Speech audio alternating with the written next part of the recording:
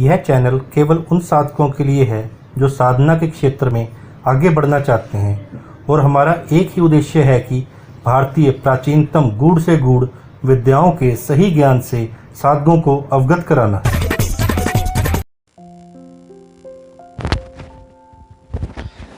नमो भगवती। सभी साधक साधिकाओं का आगम रहस्य चैनल में स्वागत है।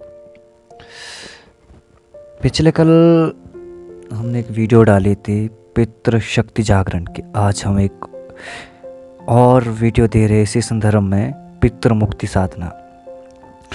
आज के आधुनिक समय में तो पितृदोष व प्रकोप एक आम सी बात हो गई है और विश्व में 100% में से 95% व्यक्ति आज के समय पितृदोष व प्रकोप से पीड़ित है। हमने आज तक जितने भी जातकों की जन्म कुंडली का विश्लेषण किया है, उन सभी जातकों की जन्म कुंडली में एक दोष की समानता पाई है, वो है पितृदोष। आज के समय में तो पितृदोष का होना एक आम सी बात हो गई है और अधिकतर व्यक्तियों का जीवन तो इसी दोष के कारण ही तहस नहस है। हमारे पितर यदि हमसे नाराज हो अथवा उनका प्रकोप हम पर हो तो जीवन के सभी सौभाग्य हमसे रूठ जाते हैं, मुंह फेर लेते हैं और देव देवता आदि भी हमसे मुंह फेर लेते हैं। पितृदोष पर प्रकोप होने के अनेक कारण होते हैं। उन सभी कारणों में से कुछ महत्वपूर्ण कारणों को मैं यहाँ आप सबको बता रहा हूँ। पहला, पितरों को मुक्ति ना मिल पाना।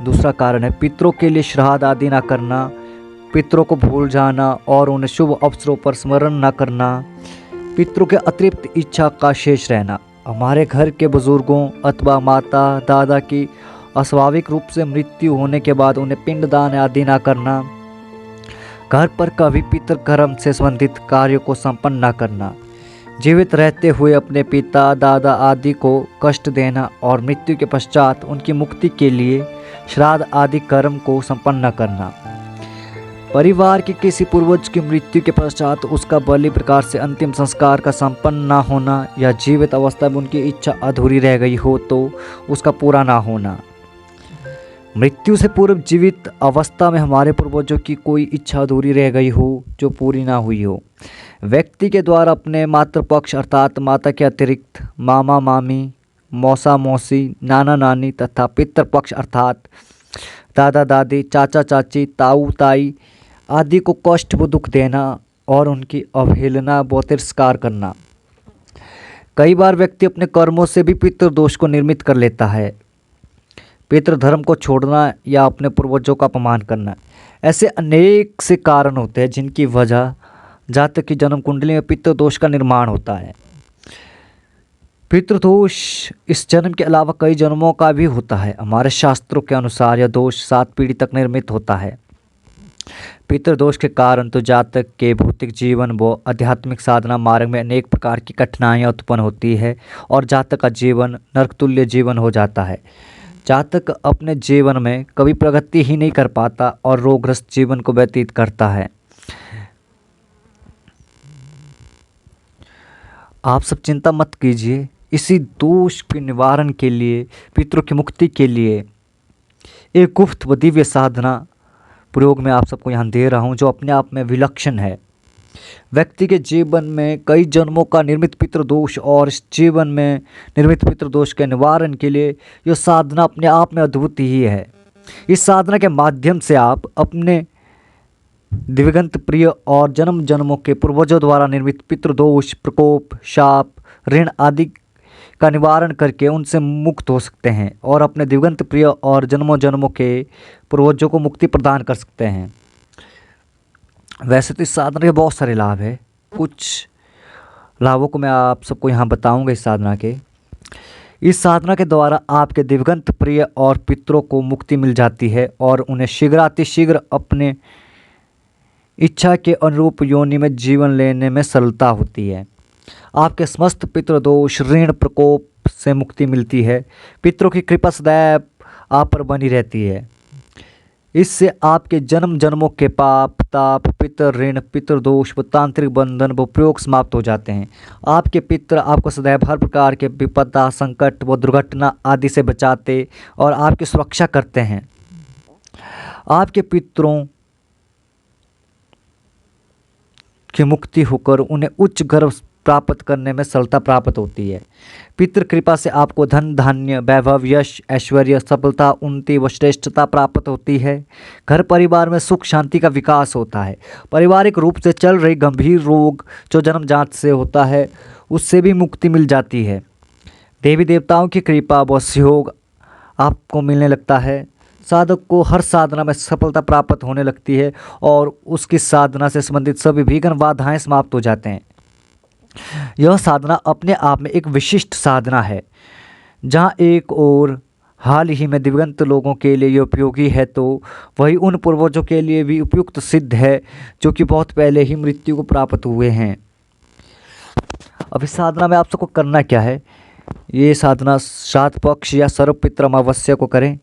3 दिन की साधना है और आपको जिस भी विशेष सामग्री की आवश्यकता होगी इसमें पितृ मुक्ति यंत्र रुद्राक्षमाला समय ब्रह्म मुहूर्त रहेगा, दिशा दक्षिण रहेगी, आसन सफ़ेद ऊनी, वस्त्र सफ़ेद धोती व सफ़ेद खुला वस्त्र, बाजोट लकड़ी का, बाजोट का वस्त्र सफ़ेद रंग का होगा और मंत्र की जप संख्या है 51 माला प्रतिदिन। दीपक घी का लगाना है, पूजन पंचोपचार से करना है। भोग में खीर पूरी अथवा घी चावल चीनी का मिश्रण और भोग पर तुलसी दल अवश्य रखें। अब आती है बात कैसे करनी है ये साधना। तो आप सब क्या करेंगे, पहले स्नान आदि से शुद्ध होकर श्वेत वस्त्र व धोती धारण करके अपने साधना कक्ष को साफ करके वहाँ पे लकड़ी के बाजोट पर श्वेत वस्त्र को बिछा दें।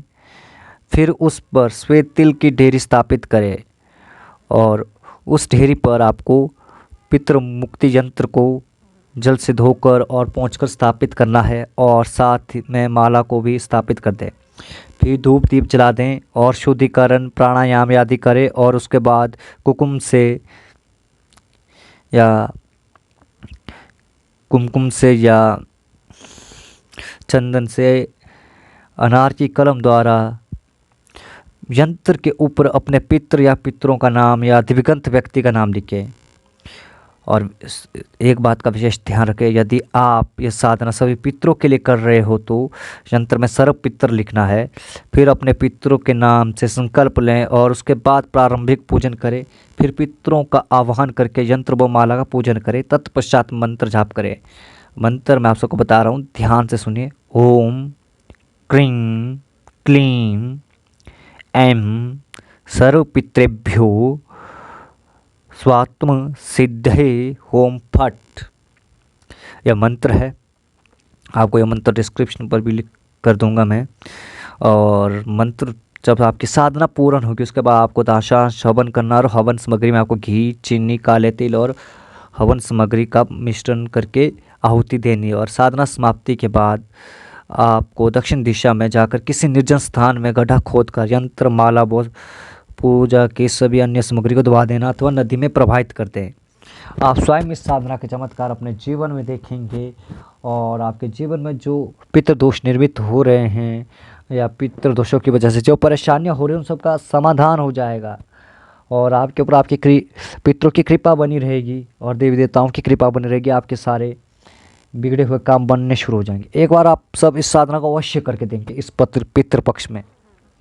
और मैं भगवती से यही प्रार्थना करूंगा कि भी आपके पितरों को मुक्ति प्रदान करे और आपके पितरों की कृपा पर बने रहे। ऐसे मैं मंगल कामना श्री भगवती के चरणों में करता हूँ। नमो भगवती।